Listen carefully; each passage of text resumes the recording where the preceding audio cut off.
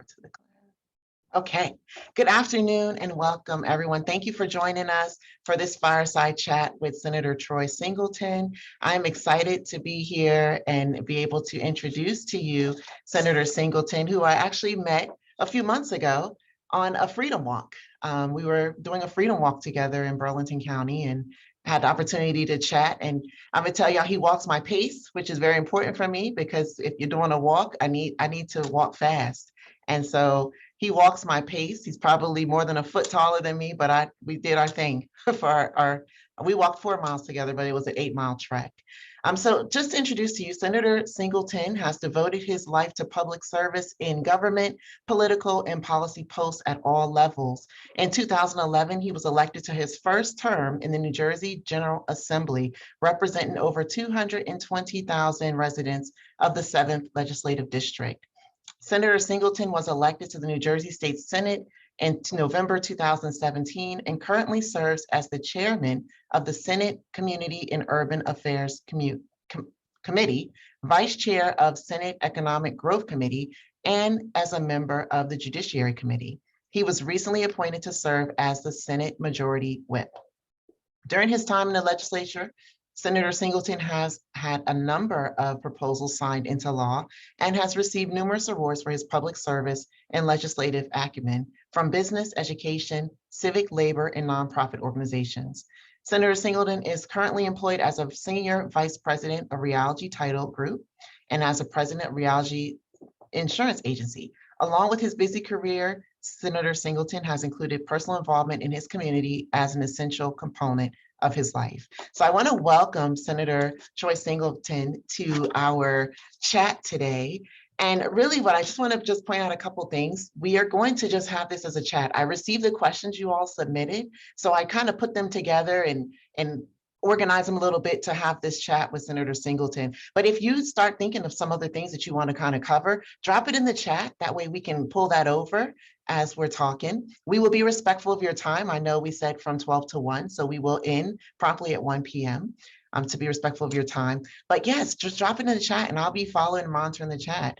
So I do have a couple of polls that Senator Singleton asked that we kind of just throw out there. So I want to just get us started with a couple of these polls here.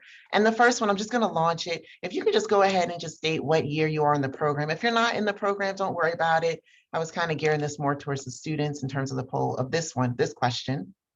But once we have a couple other questions just to kind of quiz you all on. So if you all can click there where you're at in the program. Did the poll come up? Okay. It did, but how do you answer it? In the chat or? No, it should be right on the poll.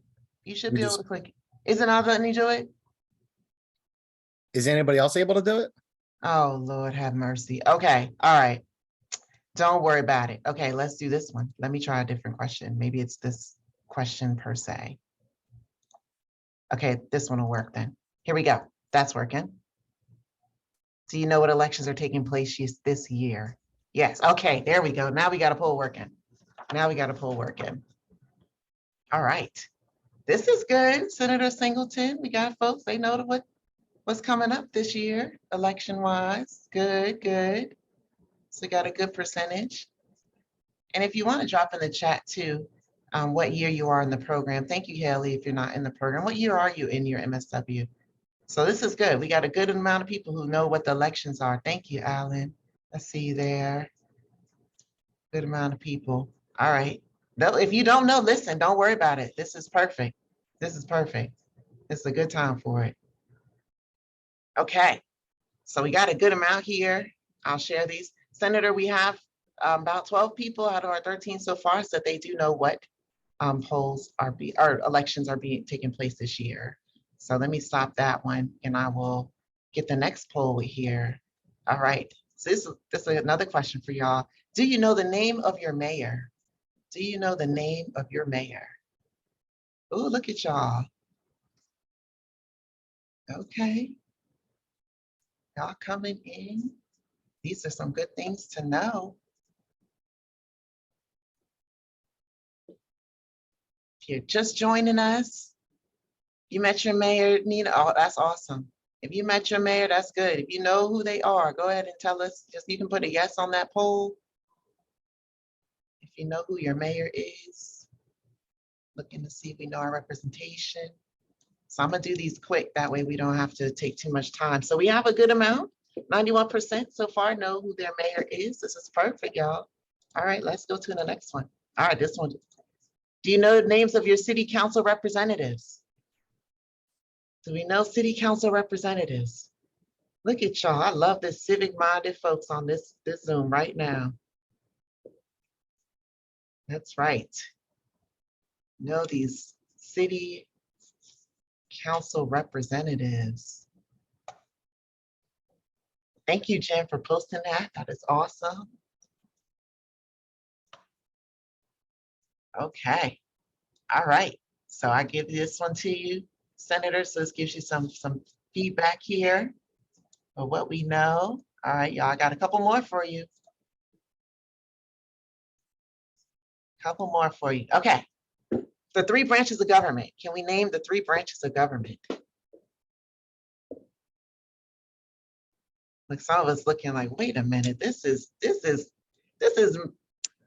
not for us in college right now. I know I had to think about it when I first thought about it. Look, Alan, you like, oh man, they didn't call me out. You got me counting on my fingers. I'm like, See, look, you got to go 3, Alan. Don't go if you I go know. above 3. That's not the answer. That's not the answer. So let's see where we at. Okay, we got some folks. This is good. Y'all don't feel scared. Like, oh my gosh, I don't want to tell you the truth. We don't know what you answered. That's okay. All right, let's go to our next one. I got a couple more for y'all. State, this is a New Jersey state representatives. Do you know who your representatives are, your state representatives?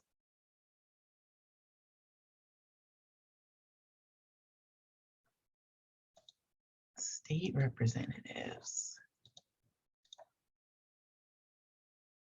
We got these are coming in. All right. If y'all are just joining us, feel free to jump in the poll that you see up there on the screen. We're just going through a couple of poll questions to see what we all know about our representation. All right, I'm gonna go ahead and end this one and share. We have a good number of folks know their state representatives. All right, y'all. Look, y'all like, how many more we have? Just 2 more, y'all, don't worry, no fret. Do you know your congressional and Senate representatives? Do you know who represents you down in Washington?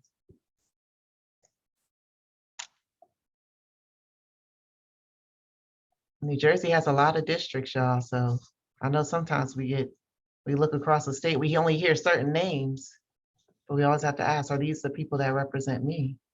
Am I one of their constituents? Okay, they're coming in.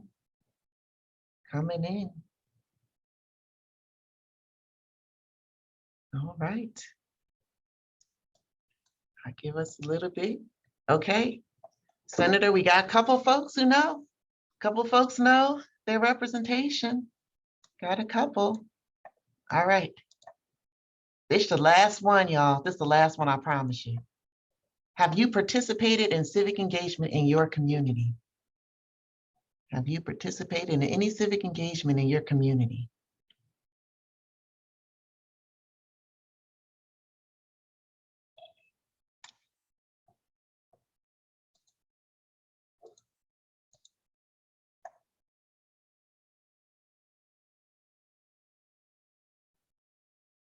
Oh, Christine, Andy Kim is my representative too.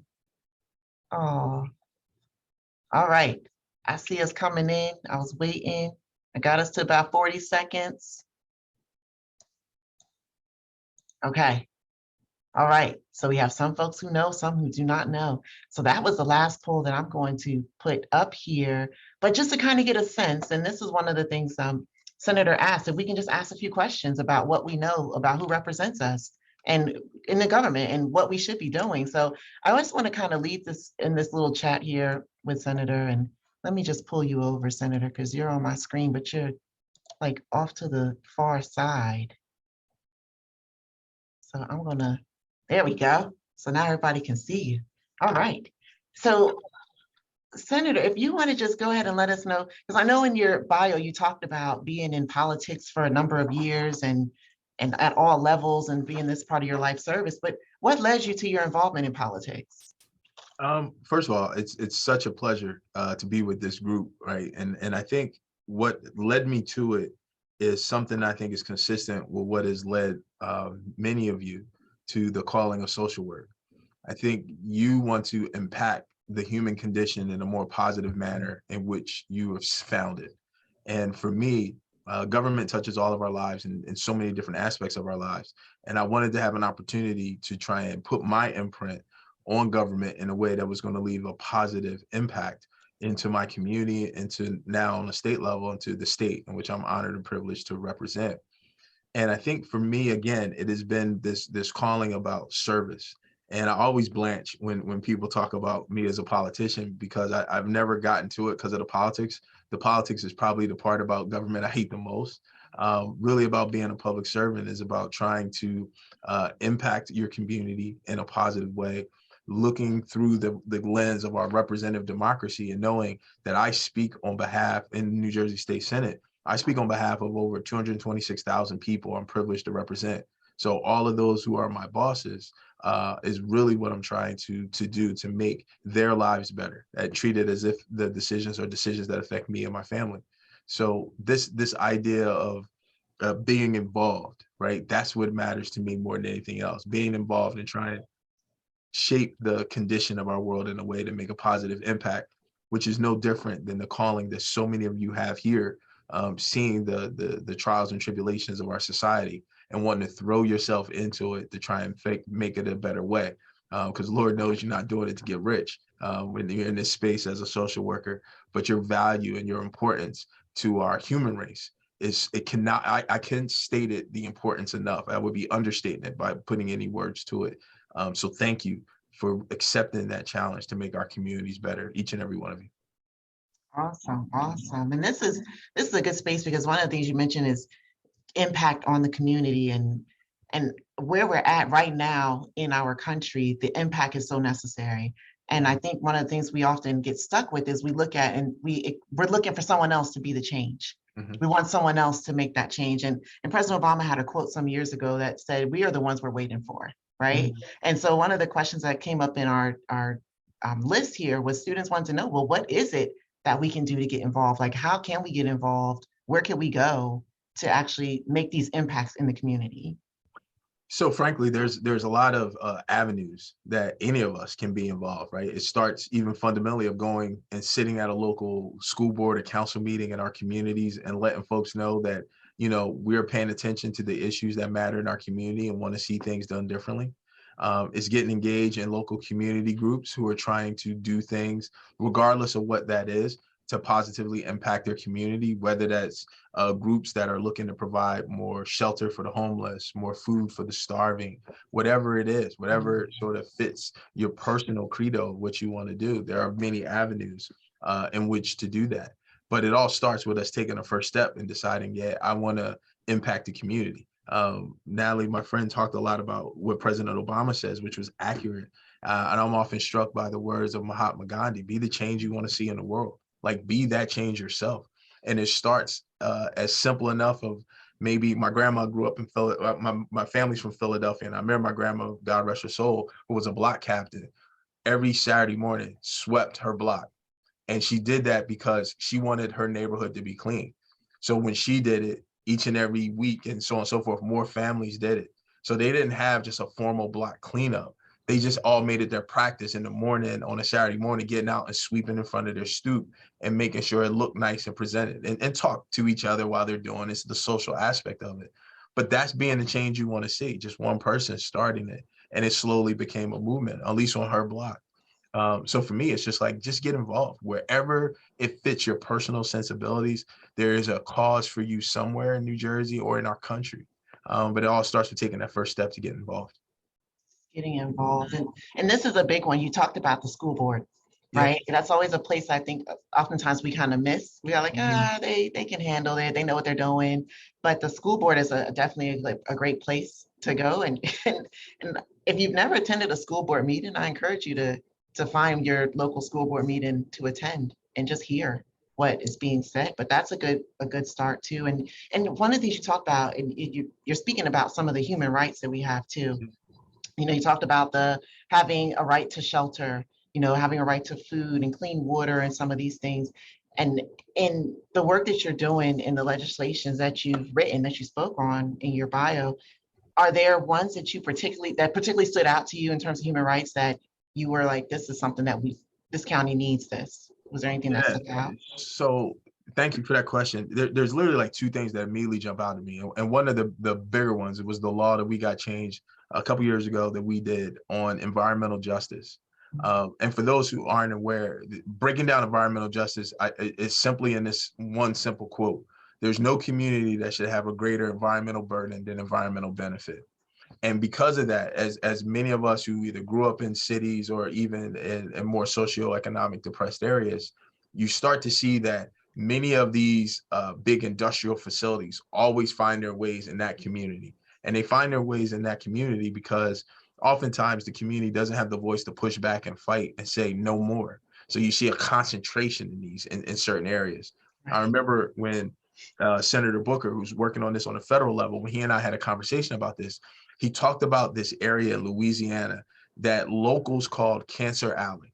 And they called it Cancer Alley because there were so many of these carcinogen emitting facilities all congested in one area that you could almost make it a heat map, a cancer heat map, and you saw the instances of cancer that were all over there.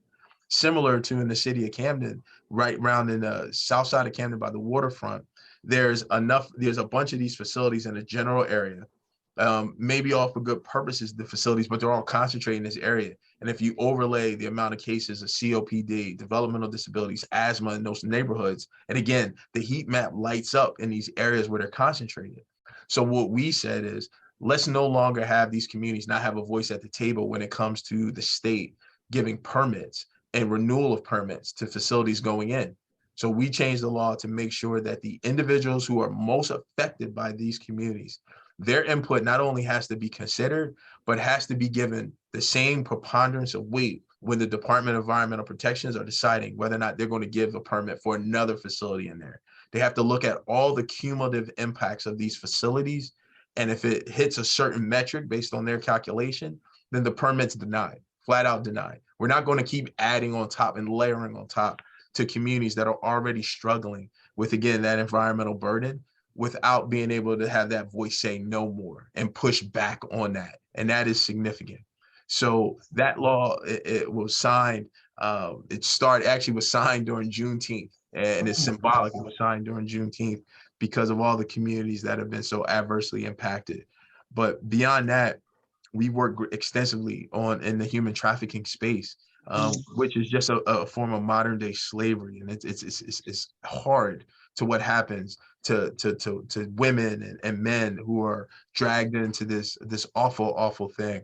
And we started and stepped up to make sure that the Attorney General's office, as well as our transportation sector, the New Jersey Turnpike Authority, were creating greater awareness around this, putting up all the signs where people can see and say, hey, if you see something or if you need help, dial this number and do this and that.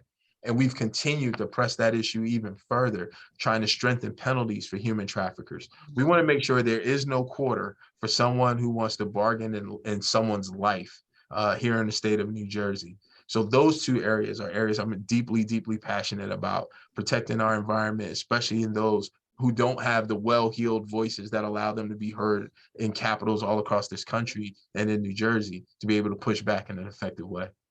Oh my goodness, you just taught my class for today, for tomorrow, and then Christine, you taught your class for today. And because our classes are actually talking about human rights today and teaching diversity and oppression. But we also, what you just spoke on with the environmental justice piece and really tackling or understanding what's happening. You know, Professor Morales, who's on the screen with us today too, her and I wrote a book chapter on environmental racism. And so in our environmental racism chapter, we talked about the Cancer Alley. We talked about, and you know, there's so many different places in different cities. And a lot of times when people look at it and say it's not us. Like we know Newark is a sacrifice zone. We know Camden is a sacrifice zone. You know, there's food insecurity, and all these pieces impact how people can function in life. So it all comes back to the human rights piece that you just mentioned. So I was sitting here writing my note. I said, let me write this law down so we can make sure we talk about this. Right. And you know what, now you touched on something, and I know both you and Christine know this, and I think in the chat Nina might have put this up. Like, it is not something that is just about, hey, these poor Black and brown communities, because there's a research being done and potentially lawsuit around what looks like a cancer cluster up in Woodbridge, right? That many of us have started to hear about. There's Facebook groups about it, of students who were going through during a certain period of time, because so many of those folks were developing cancer and dying, right? So this idea, when people think environmental justice, oh, it's just Newark, it's just Trenton, it's Patterson, it's Camden. It's not, right? It's literally, and the law dictates it based on census tract. There are these lower socioeconomic census tracts where they are all throughout our state that are negatively impacted because those communities don't have the wherewithal means to say no more. And that's what that law was designed to change. And I can't tell you enough how that came about, is because when we were talking before about how do we fit in and get this done, that law took 15 years to happen. That law predates me in the legislature. It took 15 years to happen. And the reason why it finally happened was because the groups of committed advocates never gave up over time. So unfortunately, change doesn't happen overnight.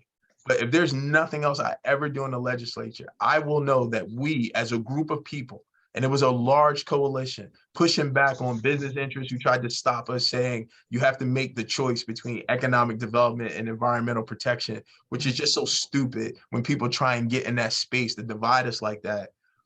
We were able to get that done. And it was because of advocates who never stopped pushing along. So I know the road is hard. I know it's tiresome sometimes to be an advocate. I know folks are like, well, I'm just one voice. But there was a lot of one voices who brought that together. So that's what I go back to, this idea. I'm passionate about it because I know we can make change when we all come together to decide to do it. And that just starts with each of us taking a first step and identifying something in our community we want to see better. So for me, that goes back to that question. I apologize for going backwards on it, but this issue struck me because that's how we got it done. 15 years, people did not give up until this happened. And then we finally met the right legislative season to get it done. So our New Jersey Cumulative Impacts Law, which is the New Jersey Environmental Justice Law. I know a member of my team is with me, Jennifer. Perhaps Jennifer, in the chat, you can either throw a link to it or the bill number in there. But that became law, and it's one of the things I'm incredibly proud of, because we, as a community, Black, brown, white, you name it, we came together and made that happen. And that was significant. Awesome. Donna, they're going to put that in there for you in the chat. I see you question the name of it, but this is awesome. I was sitting here thinking like, oh my gosh, like all these things that we could be doing. And I think we get stuck because everyone looks at it like, well, it's someone else who'll start it, but we all can start it. And do you have any like tips that we can offer to those who are on the line here to say, like, I mean, I know you mentioned like goes to some places. Is there something like they need to do first before they get there? Like, how can they find some issues that they can like find that they want to latch on to? So first of all, at every one of your local government establishments, so whether it's a local municipal, a township government, your school board, whatever it is, their agendas and what they're voting on has to be published online, but in advance of the meeting so that the public can see it. I would encourage you in your communities to begin to start looking at that information and just go through it and see what your elected representatives are voting on. Here in the state of New Jersey, for the state legislature, you can go and put in any search engine on the internet, put in New Jersey legislature. It'll take you to their website, to the legislature's website. You'll be able to click on any member's name, any topic you want, and you'll be able to see not just the bills that are related to that, but you can click on a specific member and you can see every vote that I've had in the legislature during that term. And if there's something in there that you see for me or any of your own elected representatives that you don't agree with, then you also have the option there of sending us an email and saying, hey, my name is Troy Singleton. Why did you vote on this bill that does this? And more times than not, you'll get a response back from my colleagues. You may not appreciate the response. You may not agree with the response, But that's how the process starts of you creating dialogue with your elected representatives. And frankly, those who don't find you worthy enough to give you a response, I think somewhere along the line, we've lost this sense of government that you all work for us as legislators. And that's just stupid. Like, I am honored and privileged to represent the 226,000 people I have. I'd never say I have a constituent. I have a boss. And I got a lot of them, 226,000 of them. And it's my responsibility to work each and every day to make sure that I advance an agenda that the majority of my bosses will agree with. We're never going to satisfy 100% because Lord knows I don't agree with myself 100% of the time. Sometimes I change my mind because you get more information in. But my responsibility is to be responsive to the people that I work for. And I think if we start holding our elected officials more accountable, not just at election day, let me repeat, not just at election day, right? And it's important for you to be a part of the electoral process and to go out and vote. But if you're never a part of the process that leads up to it, if you're never following the issues that matter, folks will tend, when they sit in office, really focus and pay attention to those who reached out, who are talking about issues of importance. But if you just vote, and voting is important, then I think you're not done the full measure of what you can do to help shape your country. And for so many of us, we're not voting enough, right? All of us, we're not voting enough. We see at elections, we get a turnout of 40% and less. One year for one of Senator Booker's elections, it was an off-year election, mind you, we had less than 30% of the people voted for who was going to be the New Jersey U.S. Senator that was going to represent us in literally the most exclusive legislative body in our country, right? 100 people who sit there for 6+ years terms. We had less than 30% of the people voted. So if you're sitting around the table, 3 out of 10 people made a decision that affected 9 million New Jerseyans. And until we decide to get participatory in our democracy, we're going to end up with scenarios where people are shaping public policy that are not reflective of all of us because we're not engaged in it. That is what happens every election. So let's hold folks accountable, not just on election day, but leading up to it for all of those council meetings. Let folks know you're paying attention and you're watching what they do. Because a lot of us in public service assume you don't. And then you'll see these commercials that most of us turn off because we're so tired of it. They become background noise where they try and scare you into not voting for this person as opposed to giving you all the reasons why you should vote for them. That's why negative ads play out on our TVs all the time. And that's why people do them, because people sometimes would pay attention to being scared more so than having to provide inspiration. And I always believe in aspirational politics. I don't do negative ads. I don't talk bad about people who run for me. It's our democracy. I talk about the things that I believe in, the things that I've done and what I want to do. And if that fits the sensibilities of our communities, they'll vote for me. And if not, then I'll go on and do something else in life. That's the kind of challenge that we need to hold our elected officials accountable each and every day, not just on election day. Make sure they're doing the work that they say they will. This is awesome. I wrote down accountability because this is important. And I think you and I had spoken about this a few months back, talking about accountability. And I think relationships are important too in this, because when people see you over and over and they keep seeing your name come up, I know I send letters to my elected officials all the time. I don't agree with something, I send a letter and I'll tell them I don't agree with this. Right. But when they see your name over and over and different things start to come up, the relationships are important. And so I just want to know if you could speak a little bit about relationships in terms of I know you say you don't call them constituents, with your bosses. Right, Because right. I follow you on social media and I have to tell y'all, Senator Singleton is busy with the work that he does in the community. And so I think that speaks though to relationships you have developed over time with community members. So if you could speak just a little bit about relationships you have. Sure. So I think in anything, right? And in social work, and Natalie, you know this, as I was trying to keep up with you on that walk out of breath to talk about all this stuff. Relationships matter, right? It's how we get things done. It's the connectivity. It's how all of you as social workers will be able to connect with the people you're working with because they have trust in you. And that trust sometimes needs to be developed over time. And that is what building a relationship is, whether that's a relationship of correspondence via email or relationship is showing up and being in your community so your community knows you. Like to Natalie's point, like what I like to do I like to let my community knows me, because no one can sit there and say that, oh, I haven't seen Troy Singleton in this district. I literally make it my business to be out with my bosses, whether we're doing community service cleanups together or community meetings. And I think that's important for us, to be close to the people we represent, because how else do you know what they want, right? I could sit in Trenton and make decisions on the state level all day, but if I'm not out talking to folks, if I'm not at the barbershop, taking my kids to the barbershop and talking to the barbers and folks that I grew up with, I don't know all the issues that are affecting them, because I may not live in that community or I live in one of the 17 communities I represent. So I got to continue to be out and talking to folks about the issues that matter to them. And for us here, for you, developing those relationships with your elected officials is important, because social work, to be frank, is not given the weight that it deserves in how we can shape and mold our country moving forward. We have so many people who don't understand the complexity of the issues that you deal with. And it's critically important for them to hear from you, actual practitioners, about, hey, Troy, this law you think works in Trenton that you came up with, it doesn't work, because I live with it every day, and here's why. So like one of the big things that we talked through on the opioid settlement that we're getting in the state of New Jersey, right? A large amount of money. We, got the first half of the first $641 million that we were getting. We got that about July, August, it started folding in.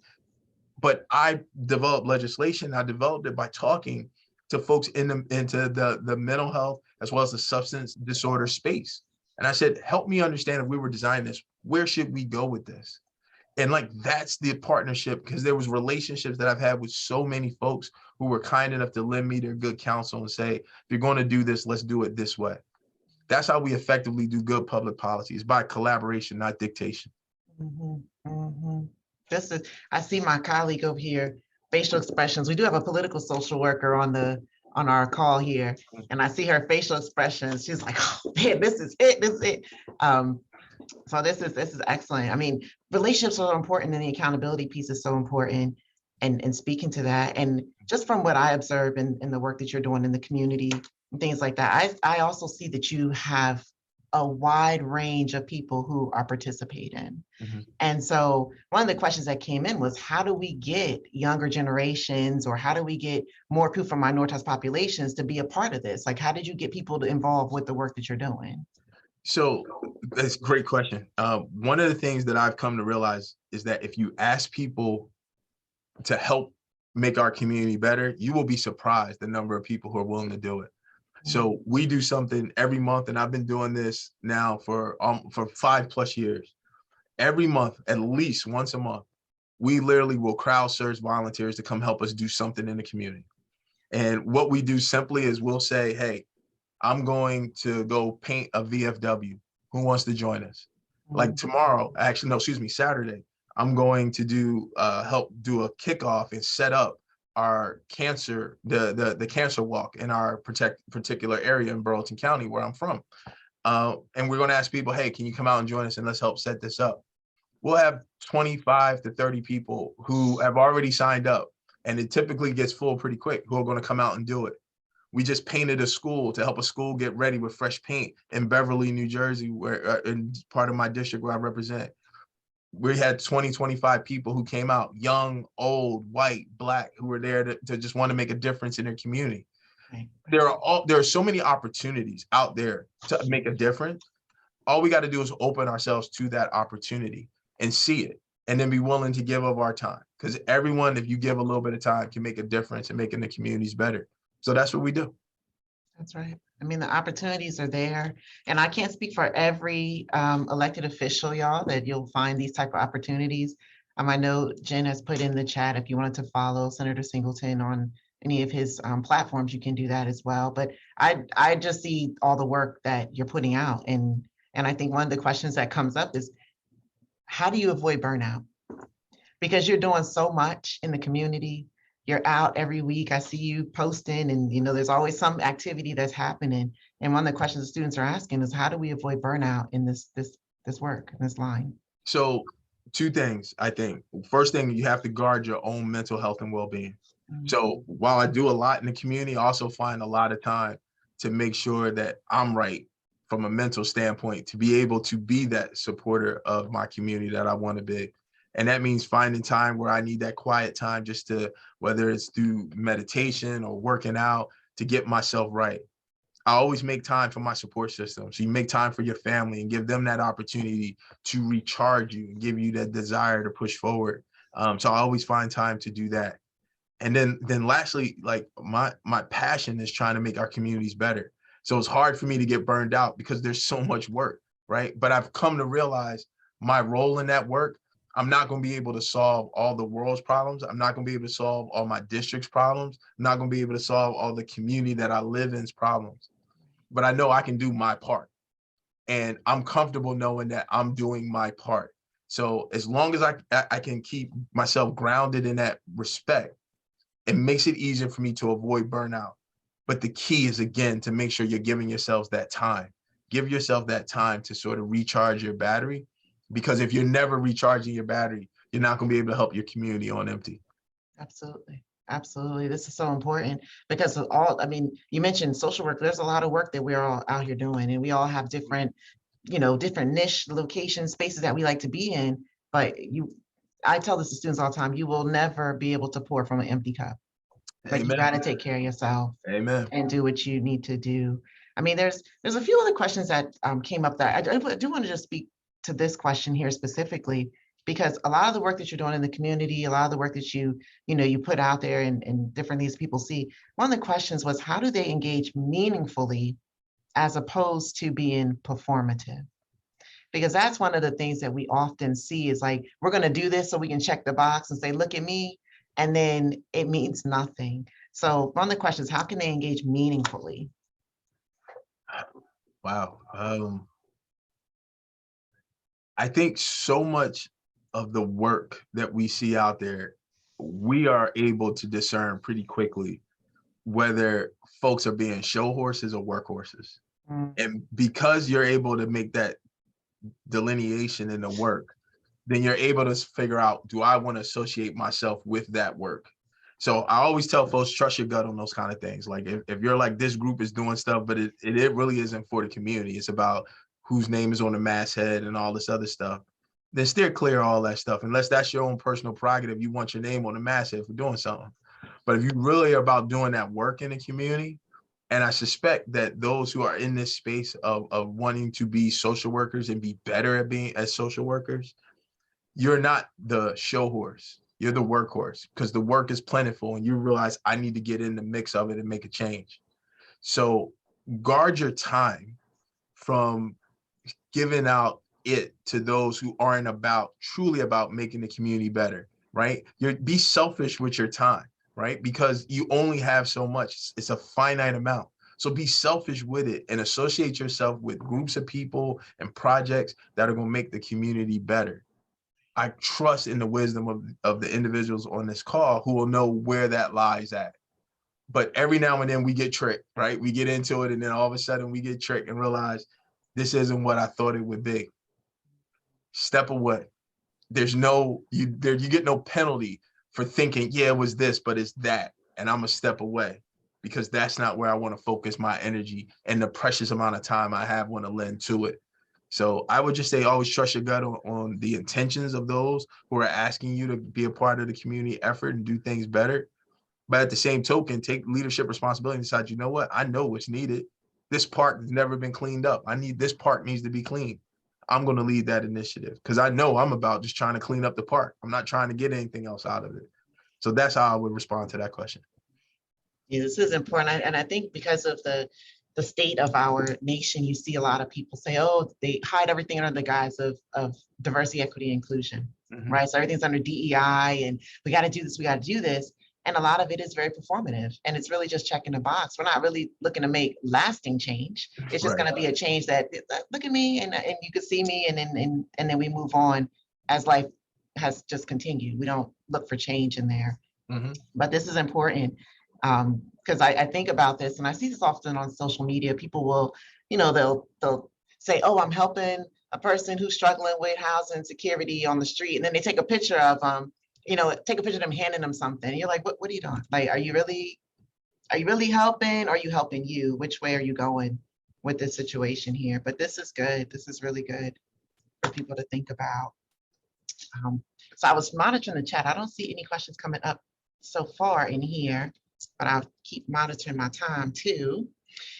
Okay, so another question that came in was, what is the, and I think you kind of answered this, but what's the most impactful strategy you've identified to enhance civic engagement? And I feel like you've answered this a little bit, but maybe we just give, if you have any other thoughts on most impactful thing that you've used to impact civic engagement. I think the thing that I've tried to do is really be, I don't want to say in the face of those who I'm trying to get involved in civics, but I try and come as clear and convincing and concise as I can when I talk to folks about why their involvement in our democracy matters. And you don't have to take it from me. You can hear all the stories. Right now, we're replete with democracy being on the balance, moving forward. And I remind people about it, that we are not that far removed from being subjects of a monarchy, right? We're not that far removed from that. In the grand scheme things of countries and in this world, the state of the United States is a relative infant, maybe not an infant, probably like a preteen as it relates to some of these other countries that go back so far and so much. So it can move, and freedom is, as Ronald Reagan said, is always a generation, can be removed one generation to the next. It has to be protected and fought for, not just on the front lines, but in each and every one of us saying that democracy matters and is worth it. So I'm honest with people about what's at stake if we tend to not be participatory in our electoral process, if we're not going to be participants in helping to make sure that civic education is presented in such a way that folks don't just regurgitate what they hear, but they have the ability to critically think through these challenges and make their own opinions and not have them shaped by television reporter X or internet source Y. Like, those things are things I talk about all the time. And I think if we go back to this concept of making sure that we engage one another, and frankly, those who don't always think like us, engage them, because not only will it either sharpen our argument, it may make us rethink our argument. I love talking to people who don't believe in a manner in which I do for things. And sometimes people say that, why would you waste your time talking to someone? This person will never vote for you and all this other stuff. And it's not about getting a vote. It's about understanding my perspective to make sure, am I on the right track or am I on the wrong one? And sometimes it is to let you know who else is around you and the things that they're thinking, right? So you don't have to guess.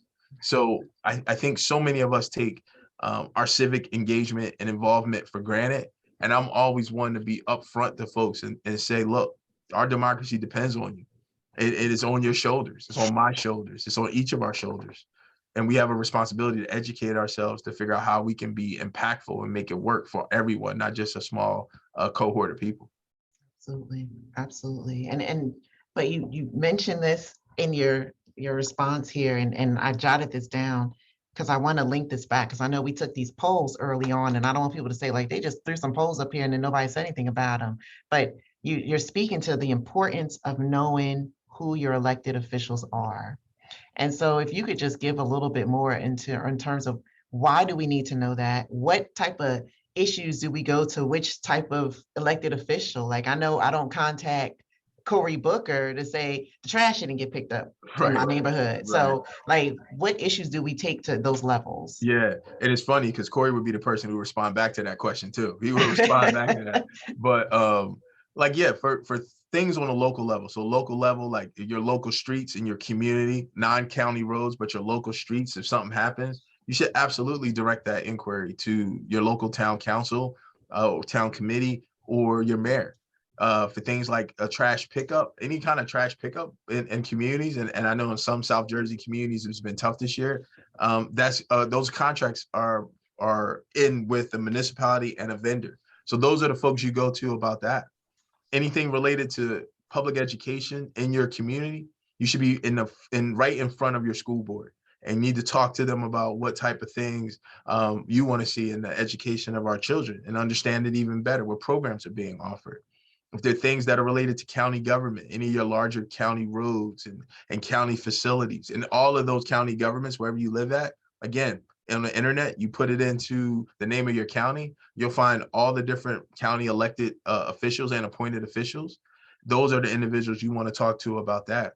Any level of state policy, folks like myself, senators and assembly members here in New Jersey, our version of the state house is the General Assembly. Those are the individuals you want to direct those inquiries to. And anything related to the federal government at all should be related to your congressperson as well as our US senators. Those individuals handle those matters. Across the board though, like if someone called me and says, Troy, my trash didn't get picked up, then I will connect them with the local elected officials in their community and say, I got a phone call from this person, their trash didn't get picked up. Or if someone calls me and says, Troy, I'm still waiting on my passport, can you help me with it? I will direct them to our local congressman's office and remind our Congress folks, hey, such and such needs help with their passport, and connect the dots. So I think there's this level of fluidity that we try and work together because we all got the same boss. Like I grew up in Willingboro, New Jersey. My boss in Willingboro is Andy Kim's boss, is Cory Booker's boss, is Bob Menendez's boss, is our county commissioner's boss, is our local mayor and council's boss. So to just sit there and say, oh, we don't have this synchronicity doesn't make a lot of sense. So we try and direct traffic too from our office when folks make inquiries. Yeah, this is good. This will, I think, really be helpful for us as we move forward because we're dealing with a lot of social issues, right? And a lot of us are interacting with clients who are experiencing things. And this isn't just, I mean, the one thing when I was talking with Senator Singleton and asking if he would be interested in speaking to students, because this doesn't just affect us, right? As a person, it affects the clients that we work with. And then it goes on and you can just keep going down the line, right? Because ultimately it impacts society and the work that we do here. So it's important for us to really think civically and how we can become more involved and participate not just in the voting piece. Because I think that's unfortunately that's where we go. We're like, I'm gonna vote. And then after we vote, they're like, they never did anything. I'm not voting for them again. But we never follow up. We don't make people accountable for what they say. So just so many avenues and spaces that I think is important for us to really tap into when we're talking to local officials or even anyone that's elected, any of our elected officials. I was looking in the chat. I was seeing if anybody put a question up there, but I didn't see any questions come up. And I just checked my time. So we're good on time. And I do want to I don't want to put Senator on another question line here because I don't want us to go over. So I want to be respectful of all of your time as well. But I did see that Jen had put a couple things in the chat for you that if you wanted to follow up, there's a question that came in here. What'd you say, Alan? Just want to share, want to start local politics, get elected. Yeah, your role between community districts needs your council person. Yep, that's good, Alan. Those are good thoughts. Those are definitely good thoughts to share. And I will be holding you to share that in class on tomorrow too. When we talk about human rights, I will make sure you put that up there. But Senator Singleton has a lot of avenues where you can also reach out to him. And just kind of, if you want to follow him on social media, I'm telling y'all, he's active. There's a lot of stuff going on. If you want to just kind of jump in and say, let me see what he's doing. Let me join one of his activities or anything like that. There's a lot that you can actually walk into. But Senator, I want to give you last words. If you have last closing thoughts or anything for those who are in attendance here. Again, the last thing I would say, and thank you all for allowing me to have an opportunity to spend a little time with you and talk to you today about my passion for civic engagement. Again, I want to thank you for the work that you're doing and the work that you will do to impact our human condition in such a positive way. Our social workers and more of them are critically needed today as we work through all the challenges our society faces. So once again, just thank you for taking ownership and leadership and willing to step up and make that your life's vocation. Our society is going to be better for you. And I'm proud to have spent this time with you today. So thank you. Awesome. I appreciate you joining us, Senator. And I look forward to being able to reach out to you. And I said, I wanted to sign up for one of the events and I went up there and it said it's full. I was like, what? So y'all, even the events, they fill up so fast. But yeah, so absolutely, this is great for us and good food for thought. And as we go into this election year, y'all, we're getting ready to start, we're ramping this up. Yesterday was National Voter Registration Day. We got to really move this along that we need to vote. We need to make sure that, the interests of ourselves and our clients and our families are being tended to. So this is awesome. I thank you, Senator. Nina, I saw your hand come up, but I'm conscious of the time because I know Senator has to leave. So I don't want to hold it, but Nina, if you send me an email, then I can absolutely, or if you can want to put in the chat, I can absolutely take your question forward as well. But Senator, I appreciate you joining us. Jen, thank you so much. And we've been going back and forth for a couple of months, but I look forward to continuing partnering with you all as we go through. Awesome. Thank y'all for the time. Really appreciate it. Have a great rest of your day, everyone. Thank you. Take care. Take care, y'all. Bye-bye.